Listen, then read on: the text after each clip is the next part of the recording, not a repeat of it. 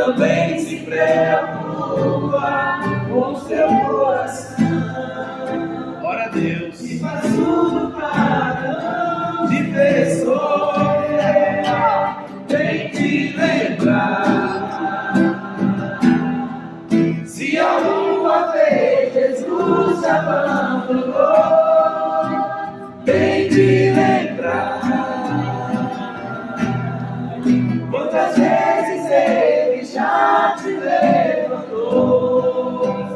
vem te lembrar. Quantas vezes Ele já te levantou, vem te lembrar. Se alguma vez Jesus te abandonou, vem te lembrar. Quantas vezes Ele já te levantou.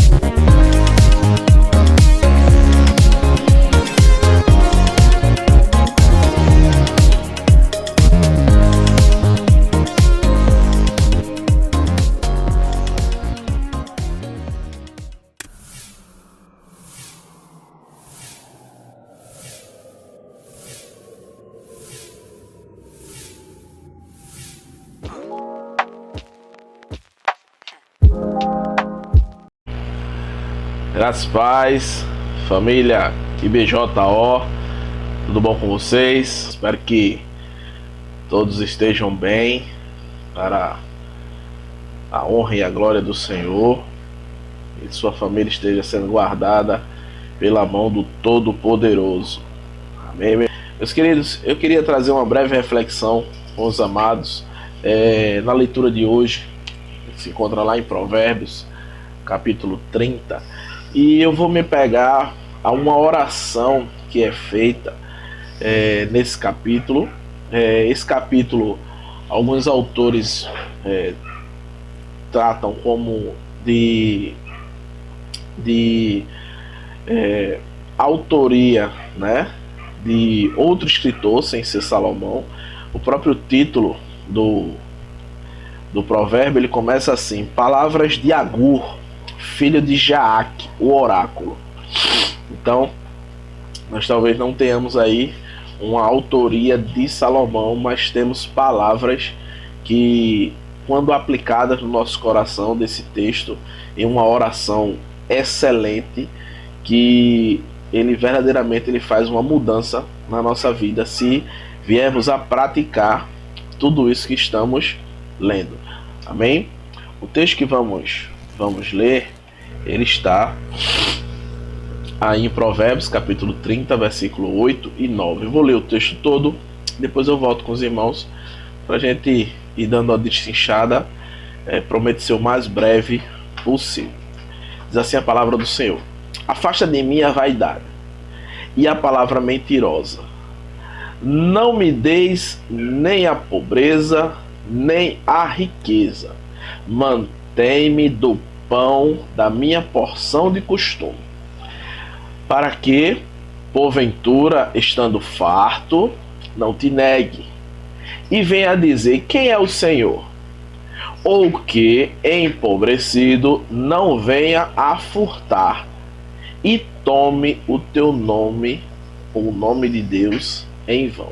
Senhor Deus, obrigado por essa oportunidade, Pai. estar refletindo um pouco da tua palavra com os teus servos. Aplica essa palavra no seio da nossa família, coração de cada um dos teus santos. Muito obrigado pela saúde que o Senhor nos tem concedido.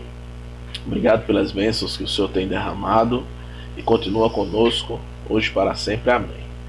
Meus amados, essa oração é uma oração extraordinária. É uma oração que verdadeiramente ela trata de humildade. Às vezes, Tiago fala que nós pedimos e não recebemos, Tiago 4, versículo 3, porque pedimos mal. Pedimos para o nosso próprio deleite. E aí, nós vemos aqui o início do texto dizendo assim: Senhor, afasta de mim a vaidade e a palavra mentirosa. Nós temos que ter um cuidado muito grande dentro dos nossos lares e no contexto de que nós vivemos, de família e de sociedade, com a vaidade. A vaidade, ela é um cuidado exagerado. Às vezes a pessoa pensa que é apenas com uma aparência, mas a etimologia da palavra, indo a fundo nessa palavra, é uma necessidade de se vangloriar, é uma necessidade de ostentar. Então, o que a palavra está dizendo é que afasta, Senhor, de mim essa necessidade de estar enaltecendo o meu ego. E nas nossas famílias, isso tem que ter um cuidado, tem que se ter um cuidado muito grande, porque por vezes o pai ou a mãe, ele tende-se a querer se valorizar além dos demais da sua casa. Por vezes o homem, ele quer se valorizar e se vangloriar mais do que a sua esposa. A sua esposa não tem voz, nem tem vez dentro da sua casa. A sua esposa é um ditado que tem aí que é show galinha e cala a boca menino. E não é bem isso. Nós temos que estar utilizando a Bíblia e a palavra de Deus para estarmos trabalhando dentro do nosso lar. Porque a palavra de Deus diz para o homem, e o homem tem que amar a sua esposa assim como Cristo amou a igreja. Como foi que Cristo amou a igreja? Cristo amou a igreja morrendo por ela. Cristo amou a igreja se doando por ela. Cristo amou a igreja suando gotas de sangue por ela. Então, essa foi a forma que Cristo amou a cada um de nós. Então, nós temos que estar tirando esse desejo dos nossos corações e essa necessidade de estar no holofote. Na minha casa, não. Na minha casa, quem faz sou eu. Na minha casa, quem manda sou eu. Na minha casa, a palavra é essa. Aqui escreveu, não leu, já sabe, viu? O bicho pega. Não, meu irmão. Isso aí, Provérbios, que lemos também o capítulo 6 e os versículos 16. A palavra de Deus diz que há 6 almas, há seis coisas que o Senhor odeia, ou ele diz que o Senhor não gosta, e a 7ª sua alma abomina. E as 2 primeiras situações, a palavra fala dos olhos altivos, e a 2ª, a língua mentirosa. Então a Bíblia toda ela está tratando sobre isso. Eu tratar a minha família com desdém, eu achar que só eu sei dentro da minha casa, só eu posso dentro da minha casa, minha esposa não pode nada, os meus filhos não podem nada, só eu sei fazer aquilo, se eu não fizer aquilo não vai dar certo, se a minha esposa fizer vai dar errado. E não é assim que a Bíblia nos orienta. A Bíblia nos orienta a sermos humildes, pobres de espírito. que é ser pobre de espírito? Eu dizer que eu não consigo nada, eu não sei nada, e tudo que eu tenho, tudo que eu sou, tudo que eu vier a ser, tem que vir do Senhor.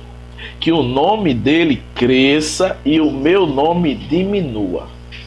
Em segundo momento, a palavra também fala sobre a língua mentirosa. A palavra mentirosa. Que Deus afaste esse espírito de mentira que só provém do diabo dentro dos nossos lares. E cada dia mais nós sejamos sinceros uns com os outros e não confunda sinceridade com brutalidade, com arrogância, porque às vezes a pessoa diz: eu o que tenho que dizer eu digo na cara, e não é bem assim, meu irmão, não é bem assim, certo? Porque as palavras, elas podem ferir mais do que qualquer ação, certo? Nós vemos aí que às vezes uma canetada ela fere mais do que palavras. Nós vemos aí no nosso contexto político que um político daquele, ele mata muito mais gente através de uma assinatura do que os traficantes lá no morro desse aí, de qualquer favela, na Rocinha, em qualquer canto, certo? Então, o que ele está dizendo é que nós sejamos sinceros a ponto de dizer: minha esposa, meu filho, olha, eu estou com uma dificuldade, eu não estou conseguindo resolver essa situação. Vamos aqui, vamos orar, vamos estar juntos. Eu não estar com mentiras, eu não estar escondendo algo da minha esposa ou do meu esposo. Geralmente a gente escuta muito falar em problemas com cartão de crédito, não é verdade?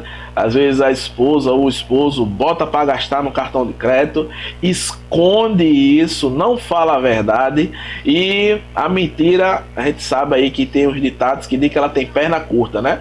E é descoberto. Às vezes chega uma fatura e a pessoa não sabe, às vezes está devendo e aí alguém foi lá para tentar abrir um crediário, nem sei se tem crediário mais, fazer alguma coisa assim, e aí o nome tá sujo, alguma coisa do tipo.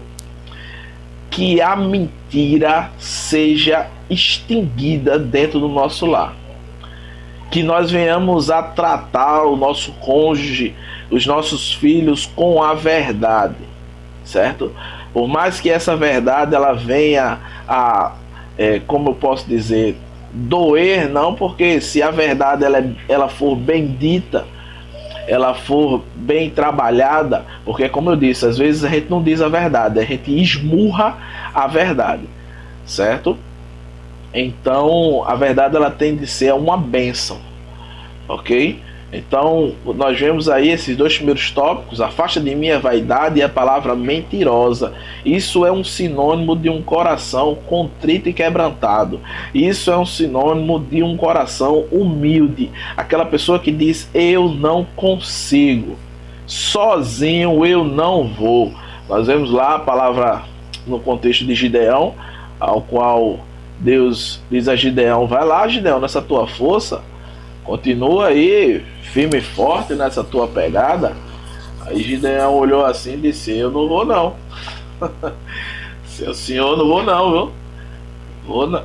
Então que esse sentimento ele esteja também conosco, e nós venhamos a dizer: sozinho eu não vou, sozinho eu não faço, eu só vou se Deus estiver comigo. Amém? E aí ele continua dizendo que não me deis nem a pobreza, nem a riqueza. Veja que a oração desse servo, ela não tem... Deixa eu tirar esse negócio aqui. Esse negócio de tecnologia é bronca. A oração desse servo, ela não tem nenhum caráter ganancioso. Ela não tem nenhum caráter de grandeza, como ele disse lá em cima, de vaidade. Ele não quer nem ser rico, mas também ele não quer não ser pobre. E ele diz o porquê lá embaixo. Ele pede apenas o de costume, ele pede apenas o necessário, ele pede apenas o que vamos ver lá em Mateus, Jesus ensinando a oração do Pai Nosso. Vai ser no capítulo 6, que ele diz que o pão nosso de cada dia dai-nos hoje. Ele não pede o pão nosso da semana que vem, ele não pede o pão nosso do mês que vem, ele pede o pão de cada dia. Porque a experiência com Deus, ela é diária, a experiência com Deus, ela é contínua. O tempo de Deus, ele é presente. O povo no deserto, ele não entendia isso. Caía o maná todos os dias, e aí Deus dizia, não guarde, porque amanhã também vai ter. Mas aí o povo incrédulo, ele pegava e guardava. Quando era no outro dia, estava tudo estragado, estava tudo podre. Então, ele está dizendo aqui que ele quer ter o suficiente. Para quê? Para que se ele tiver muito, ele não venha se esquecer de Deus, ou tratar Deus levianamente, ou tratar Deus como um simples amuleto. Porque às vezes, quando as coisas estão extraordinariamente bem, a gente tende a dois extremos: ou nos esquecermos de Deus, ou tratarmos Deus como qualquer coisa. Quando as coisas estão muito bem, eu estou lá no culto, eu estou lá nas situações, eu estou lá, mas aquilo não está fazendo diferença na minha vida. Aquilo não está refletindo, eu não estou... quando eu estou muito bem, às vezes eu estou no culto preocupado porque o som está muito alto. Quando eu estou muito bem, às vezes eu estou no culto preocupado porque o pregador errou uma palavra. Porque o pregador errou um versículo. Era Lucas 10, ele falou Mateus 10.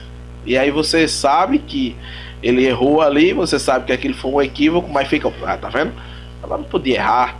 Ou aí a pessoa faz um comentário e aí, não, isso não pode. Então, às vezes quando estamos na bênção, né, nós passamos a negligenciar algumas coisas.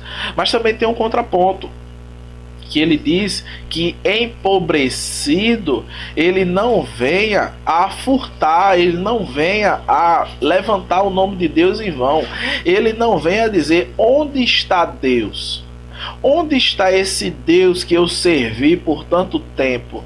Onde está esse Deus que eu estava nos domingos no culto, estava nos cultos de oração, estava dando as minhas ofertas, contribuindo com missão, estava dando o meu dízimo? Onde está esse Deus? Será que esse Deus verdadeiramente existe? Então nós fazemos um extremo, tanto com a riqueza quanto com a pobreza. Então, por isso que essa oração é uma oração simples e eficaz, porque eu estou rasgando o meu ser, rasgando as minhas vestes, como símbolo de humildade, de humilhação, não perante o homem, mas perante a Deus. E isso dentro da nossa família tem que ser constante. Eu tenho que dizer à minha filha, os meus filhos, dizer a minha esposa, dizer ao meu esposo que nós temos que ter o suficiente para sobreviver e viver bem com Deus. Se pudermos ter muito, amém.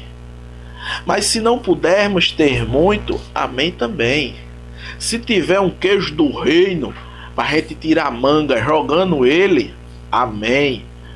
Mas se só tiver feijão, água e sal, amém também. Porque esse é verdadeiramente o sentimento que o servo de Deus ele tem que ter.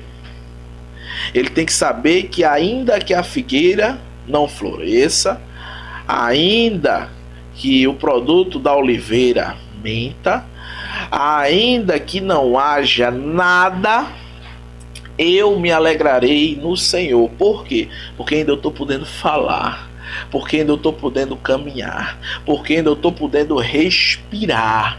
Você já agradeceu a Deus hoje por esse ar que você respira?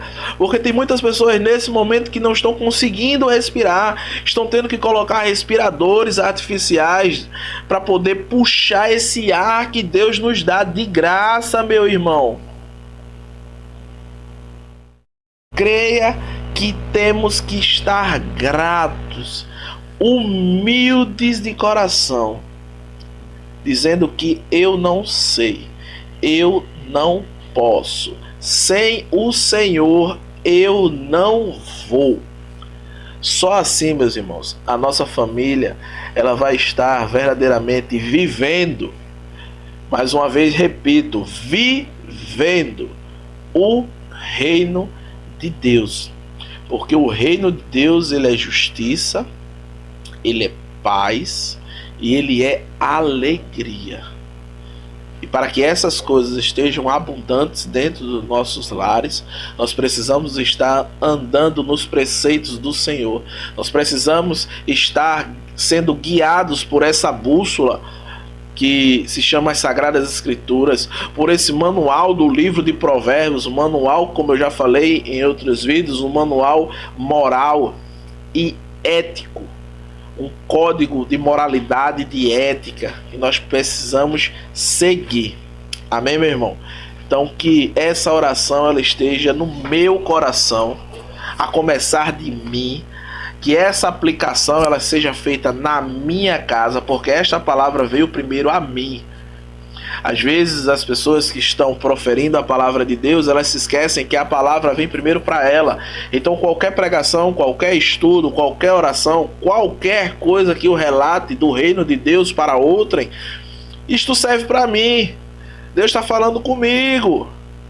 Então, em que eu tenho que pedir a Deus que a minha vaidade ela se extingua, que eu fale mais a verdade, que eu venha pedir não riqueza, certo? Mas também que eu não venha a querer fazer voto de pobreza, mas que eu saiba que se Deus está na minha casa, eu sou mais do que vencedor. Eu posso passar nudez, eu posso ter fartura, eu posso ter escassez, eu posso estar vestido ou não. Mas eu posso todas as coisas, não porque eu sou bom, não porque a minha família é boa, não porque o governador é bom, não porque o prefeito, o presidente ou quem quer que seja. Eu posso todas as coisas porque Cristo me fortalece. Entendeu, meu irmão? Então, esse tem que ser o pensamento do servo de Deus. Esse tem que ser o viver daquele servo e daquela família que busca cada vez mais estar vivendo o reino de Deus. Amém? Deus te abençoe, Deus te cubra de graça, de misericórdia. Não se esqueça que você não está só. Deus está contigo e Deus está usando pessoas para estar lhe ajudando. Então, qualquer coisa, me procure. Corpo diaconal, alguém da liderança, e aí vamos estar ajudando e sendo um bênção na sua vida. Amém? Deus te abençoe em nome de Jesus. Até mais.